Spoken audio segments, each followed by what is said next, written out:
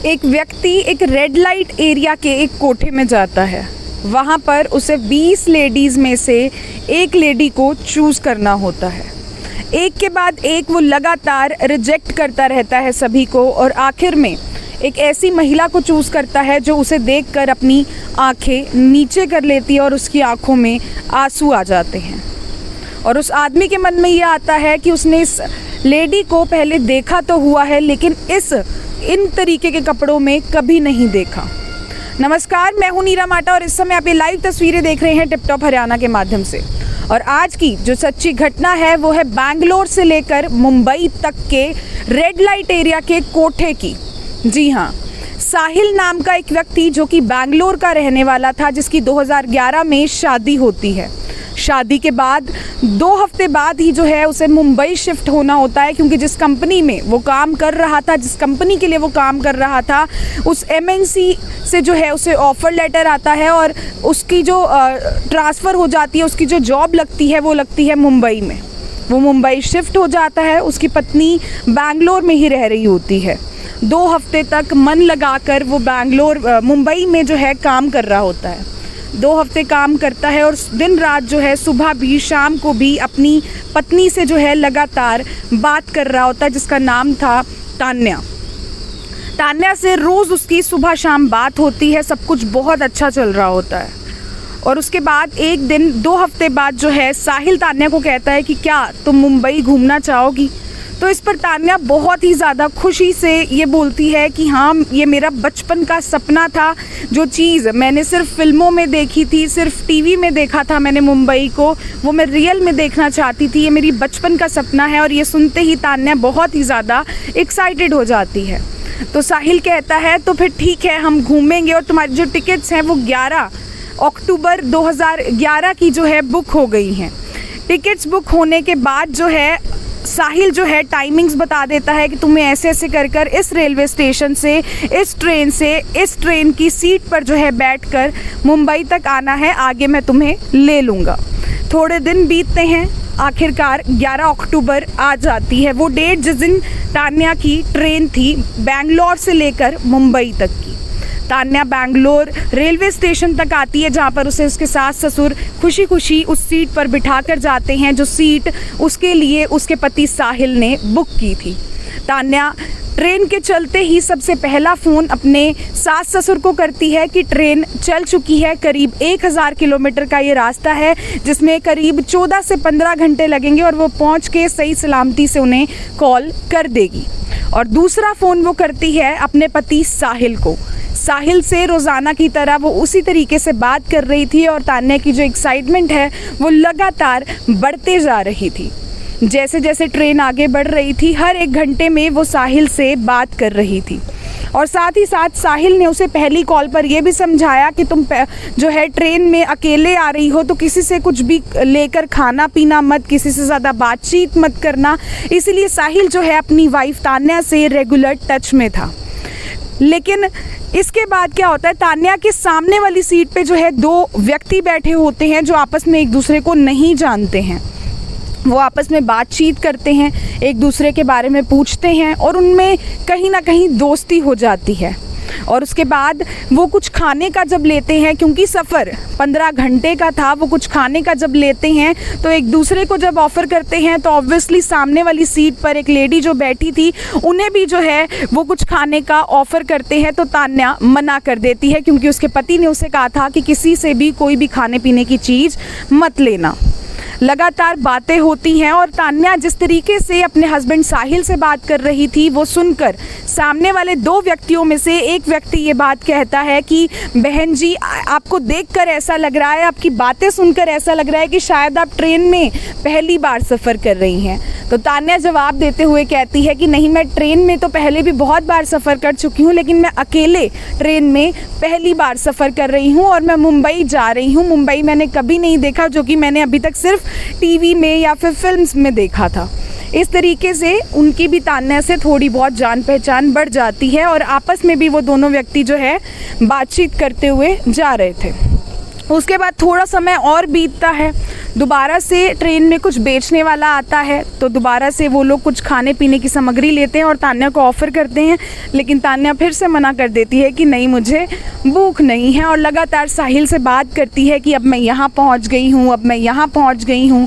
और उसके बाद जब सिर्फ 150 किलोमीटर का रास्ता रह रहा होता है तो तान्या भी जो है अपने सामान में से, क्योंकि सामने वाले दोनों व्यक्तियों ने उससे पूछा था कि क्या बहन जी आप ये खाएंगी, तो तान्या की भी लगा लीजिए एक फॉर्मेलिटी करने की मजबूरी बन गई थी। जैसे ही वो कुछ खाने का सामान लेती है तो वो भी सामने वाले दोनों लोगों से पूछती है कि क्या आप भी मेरे सामान में से कुछ लेंगे, और वो दोनों व्यक्ति तान्या के सामान में से कुछ ना कुछ ले लेते हैं और एक साथ बैठ के खाने लगते हैं। क्योंकि 17 घंटे का सफ़र था और इन 17 घंटों में थोड़ी बहुत दोस्ती तो सबके बीच में हो ही जाती है। अगर सफ़र लंबा हो, सामने जो लोग बैठे हैं वो आपसे चीज़ें शेयर कर रहे हों, बातचीत करते जा रहे हों, तो हम लोग थोड़ा बहुत जो है एक फ्रेंड्स वाली चीज़ जो है वो आ जाती है और दोस्ती हो जाती है। ऐसे में 150 किलोमीटर रह रहे थे, साहिल का फिर फ़ोन आता है और तान्या बहुत एक्साइटमेंट में कहती है कि अब मैं आपसे सिर्फ और सिर्फ 150 किलोमीटर दूर हूँ। तो साहिल कहता है तुम टेंशन मत लो,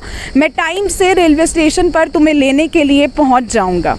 और इतने में ही वो दो व्यक्ति तान्या से पूछते हैं कि बहन जी हम अपने लिए चाय लेने जा रहे हैं, क्या आप चाय पिएंगी? तो तान्या मना कर देती है, लेकिन वो लोग फिर भी जहाँ स्टेशन पर गाड़ी रुकी थी वहाँ पर उतरकर 2 की जगह 3 चाय के कप लेकर आते हैं। वो दोनों चाय पीते हैं और तीसरा कप जो है तान्या के सामने रख देते हैं। तान्या को जो है तीसरा चाय का कप ऑफ़र किया जाता है, जिसके बाद तान्या जो है चाय ले लेती है, क्योंकि उन्होंने भी उसके सामान से कोई ना कोई चीज़ ली थी, और तान्या जो है वो चाय पी लेती है। चाय पीते ही, जी हाँ, चाय पीते ही तान्या को चक्कर आने लगते हैं और वो उसी टाइम वहीं पर बेहोश हो जाती है। ये सच्ची घटना है बैंगलोर से मुंबई तक की, बैंगलोर से मुंबई के रेड लाइट एरिया के कोठे तक की। जब तान्या को वहीं पर चक्कर आ जाते हैं तो उसके बाद लगातार उसका हस्बैंड जो है उसे फ़ोन कर रहा होता है कि आखिरकार तान्या का फ़ोन ऑफ क्यों आ रहा है, आखिरकार तान्या गई कहाँ, क्योंकि वो 150 किलोमीटर का रास्ता जो कि 2 घंटे में तय हो जाना चाहिए था, लेकिन 4 घंटे बीत चुके थे। साहिल आसपास सब जगह तान्या को ढूंढ रहा था, लेकिन तान्या का कोई अता पता नहीं था। 4 घंटे के बाद जब तान्या की नींद खुलती है, जब तान्या को होश आता है, तो वो खुद को एक गाड़ी के अंदर पाती है, जिस गाड़ी के अंदर वो 2 शख्स तो थे ही जो उसे बहन जी कर ट्रेन में चाय जिन्होंने पिलाई, उसके अलावा एक और शख्स भी था जिसे तान्या नहीं जानती थी, जो कि ड्राइव कर रहा था। तान्या जब ये पूछती है कि मैं कहाँ हूँ और मैं यहाँ कैसे पहुँची, तान्या को पता चल चुका था कि उसके साथ इतनी देर में कोई अनहोनी हो चुकी है। जब तान्या अपना मुंह खोलती है पूछने के लिए कि मैं कहाँ हूँ, तो उसके मुंह पर खिंचा के एक थप्पड़ जड़ा जाता है कि अगर हल्का सा भी चूं किया तो यहीं पर मार डालेंगे। तान्या चुप होकर, बेसुध होकर गाड़ी की सीट पर लेटी रहती है और उस गाड़ी की सीट से जो है उतार कर, जब उसकी हालत, जब तक उसे कोठे तक, जहाँ पैदल का जो रास्ता था जहाँ पर गाड़ी पार्क की जाती है, और उस कोठे तक का रास्ता जो तय होता है वो इस तरीके से तय किया जाता है जैसे तान्या जो है उन 2 व्यक्तियों के घर की ही सदस्य हो जो कि बीमार हो, और वो इस तरीके से उसे लेकर चल रहे थे कि सबको यही लगे कि तान्या को चक्कर आ गई है। वो उनके साथ जो है एक परिचित महिला है, उनके घर की सदस्य है, और उसे जो है लेकर जाया जाता है कोठे पर, जहां पर उसे 45,000 रुपए में सुनीता पुजारी नाम की जो कोठे की मालकिन थी उसे बेच दिया जाता है। तान्या उस समय इस हालत में नहीं थी कि वो किसी भी चीज़ का विरोध करती, क्योंकि चाय में उसे कोई नशीला पदार्थ मिलाकर पिला दिया गया था। हालांकि वो उन दोनों व्यक्तियों के हाथ पैर जोड़ती है। सुनीता पुजारी नाम की जो कोठे की मालकिन थी उसके हाथ पैर जोड़ती है कि मेरे को इस तरीके से धोखे से जो है यहाँ पर लेकर आया गया है और मैं यहाँ से वापस जाना चाहती हूँ। लेकिन उन दोनों व्यक्तियों ने उसकी एक नहीं सुनी और तान्या को वहीं पर धक्का मारकर वहाँ से 45,000 रुपये में उसे बेचकर चले गए। तान्या को उसके बाद एक कमरे में बंद कर दिया जाता है। उसे खाना नहीं दिया जाता है, रोज़ उसे काफ़ी ज़्यादा फिज़िकली टॉर्चर किया जाता है, उसे मारा पीटा जाता है। और उसे जो वहाँ की मालकिन थी वो ये कहती है कि तुम्हें भी और लड़कियों की तरह धंधा करना होगा, यही काम करना होगा और फटाफट से तैयार हो जाओ। जब तान्या बात नहीं मानती, नहीं सुनती, तो उसके साथ बहुत ही बुरा व्यवहार किया जाता है, जो कि आप लोग सोच भी नहीं सकते। उसको हर तरीके से जो है फिज़िकली टॉर्चर किया जाता है, मारा पीटा जाता है, उसे खाना नहीं दिया जाता है और बहुत सारी इस तरीके की जो है चीज़ें उसके साथ की जाती हैं। धीरे धीरे जो है दिन बीतते जाते हैं। 15 दिन लगभग होने वाले थे। तान्या ने कुछ ढंग से खाया नहीं था, मारपीट उसके साथ लगातार हो रही थी और 15 दिन होने के बाद कोठे की जो मालकिन है वो कहती है ये तुम्हारा आज आखिरी दिन है, अगर आज भी तुमने हमारी बात नहीं मानी तो हम तुम्हें जान से मार डालेंगे। और बाकी जो लड़कियां तान्या की तरह ही उस कोठे पर पहले से मौजूद थी, कोई किसी मजबूरी की वजह से तो कोई धोखे से वहां पहुंची थी। उन लड़कियों को कोठे की मालकिन कहती है कि इस लड़की को समझा दो, नहीं तो अंजाम अच्छा नहीं होगा। तो सारी लड़कियां उसे कहने लगती हैं कि तान्या अब यही तुम्हारी लाइफ है और तुम्हें यही काम करना पड़ेगा। और उस दिन तान्या तैयार हो जाती है, बाकी उन सभी लड़कियों की तरह उस तरीके की वेशभूषा पहनती हैं जो किसी भी पुरुष को अपनी तरफ जो है अट्रैक्ट कर सकती थी। उसके बाद कस्टमर आता है और 20 लड़कियां तान्या समेत लाइन के अंदर खड़ी होती हैं। कस्टमर जो है तान्या को ही चूज़ करता है क्योंकि उस दिन उसका नंबर था। और तान्या को जब वो रूम में लेकर जाता है तो तान्या उसके हाथ पैर जोड़ती है, गिड़गिड़ाने लगती है कि भाई साहब प्लीज़ मुझे बचा लो, मैं यहाँ अपनी मर्ज़ी से नहीं आई हूँ, ना ही मैं ऐसा कुछ भी करना चाहती हूँ। मेरे पति हैं और मेरी शादी अभी अभी हुई थी और हम बड़े ही खुशी से रह रहे थे। मैं तो मुंबई घूमने के लिए आई थी, मुझे क्या पता था कि ये शहर मुझे इस तरीके से निगल जाएगा। ये बात सुनकर वो व्यक्ति जो है कमरा बंद कर तान्या की मदद करता है और उससे पूछता है कि मैं तुम्हारी किस तरीके से क्या मदद कर सकता हूँ। तो तान्या कहती है मेरी एक बार फ़ोन पे मेरे पति से बात करवा दो। वहाँ पीछे जो है पुलिस स्टेशन के चक्कर पर चक्कर साहिल काट रहा था। लगातार तान्या को ढूंढने के हर संभव प्रयास जारी थे, लेकिन तान्या का कोई अता पता नहीं था। जिसके बाद एक अननोन नंबर से जो है कॉल आती है। साहिल वो कॉल पिक करता है और तान्या रोते रोते साहिल को सारी स्टोरी बयां करती है कि किस तरीके से जब महज 150 किलोमीटर का फासला रह गया, साहिल को लगने लगता है कि अगर पुलिस को इन्फॉर्म किया तो कहीं वो तान्या को नुकसान ना पहुंचा दे, क्योंकि अगर पुलिस रेड करेगी तो तान्या की जान को खतरा हो सकता है। इसीलिए साहिल जो है एक प्लान बनाता है। साहिल जो है खुद से उसका एड्रेस पूछता है। तान्या कहती है कि मुझे नहीं पता मैं इस समय कहाँ हूँ। जिस व्यक्ति ने तान्या की मदद की थी वो जो है साहिल को उस कोठे का, उस रेड लाइट एरिया का और उस कमरा नंबर का जो है एड्रेस बताता है। जिसके बाद साहिल खुद कस्टमर बनकर कोठे पर पहुँच जाता है। 20 लड़कियां साहिल के आगे खड़ी की जाती हैं। एक के बाद एक साहिल जो है लड़कियों को रिजेक्ट करता है, क्योंकि उसे तलाश थी अपनी बीवी की, अपनी पत्नी तान्या की। जब तान्या उसके सामने आती है तो उसकी नज़रें झुकी हुई होती हैं और साहिल उसे देखकर हैरान रह जाता है और वो कहता है कि मुझे यही लड़की चाहिए। लेकिन जिस वेशभूषा में साहिल उसे देखता है वो देखकर उसकी कहीं ना कहीं रोंगटे खड़े हो जाते हैं, क्योंकि इससे पहले साहिल ने तान्या को इस तरीके के कपड़ों में बिल्कुल भी नहीं देखा था। तान्या एक बहुत ही साधारण लड़की थी।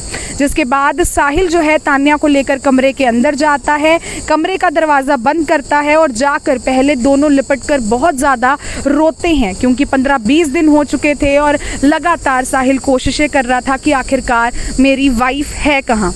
हो सकता है कि साहिल की जगह कोई और पति होता तो वो शायद अपनी बीवी पे कोई इल्ज़ाम लगाता, क्योंकि आजकल अगर लड़कियां छोटी सी भी अगर महिला गलती कर दे तो उस पर ब्लेम्स लगने लगते हैं। लेकिन एक सैल्यूट करने पर आप लोग भी सब साहिल को मजबूर हो जाएंगे जब आगे की कहानी आप सुनेंगे कि किस तरीके से साहिल ने जो है तान्या को अंदर ले जाने के बाद, दरवाज़ा बंद करने के बाद पुलिस कंट्रोल रूम को सूचना दी कि ऐसे ऐसे कर इस रेड लाइट एरिया के इस कोठे के इस कमरा नंबर में जो है हम बंद हैं, जिसके बाद पुलिस द्वारा जो है उस कोठे को घेरा गया, वहाँ पर रेड की गई और तान्या ही नहीं, सिर्फ तान्या जैसी ना जाने कितनी और लड़कियां जो कि वहाँ पर इसी तरीके से लाई गई थी, कुछ दलालों के ज़रिए लगा लीजिए और या फिर धक्के से जो है धोखा देकर उन्हें जो है उस कोठे तक लाया गया था, जो कि बहुत ही मतलब मुश्किल से या अपने मनमर्जी के खिलाफ जाकर जो है ये काम कर रही थी।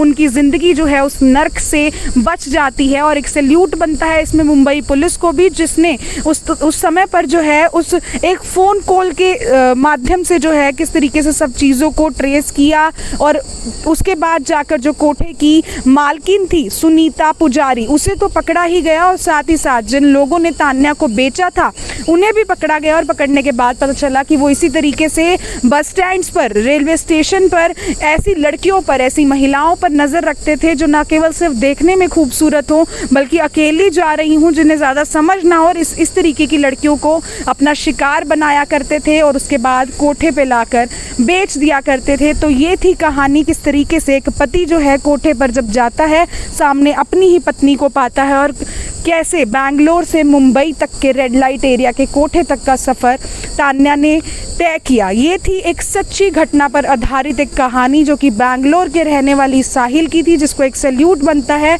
जिसने अपनी बीवी को ना केवल बचाया और उसके बाद उसे एक अच्छी ज़िंदगी भी दी और उसके साथ और अच्छा बर्ताव किया, ना ही उसे कभी इस चीज़ के बारे में टोंट किया। नहीं तो समाज हमारा ऐसा है कि महिलाओं पर लालछन लगने शुरू हो जाते हैं, महिलाओं को ब्लेम करना शुरू कर दिया जाता है अगर वो एक रात भी बाहर रहे, और तान्या को तो 15 दिन हो चुके थे। आप लोगों को ये कहानी कैसी लगी कमेंट सेक्शन में अपनी राय ज़रूर दे। लाइव तस्वीरें आप देख रहे थे टिप टॉप हरियाणा के माध्यम से, सहयोगी राहुल के साथ मैं नीरा माटा, टिप टॉप हरियाणा, करनाल।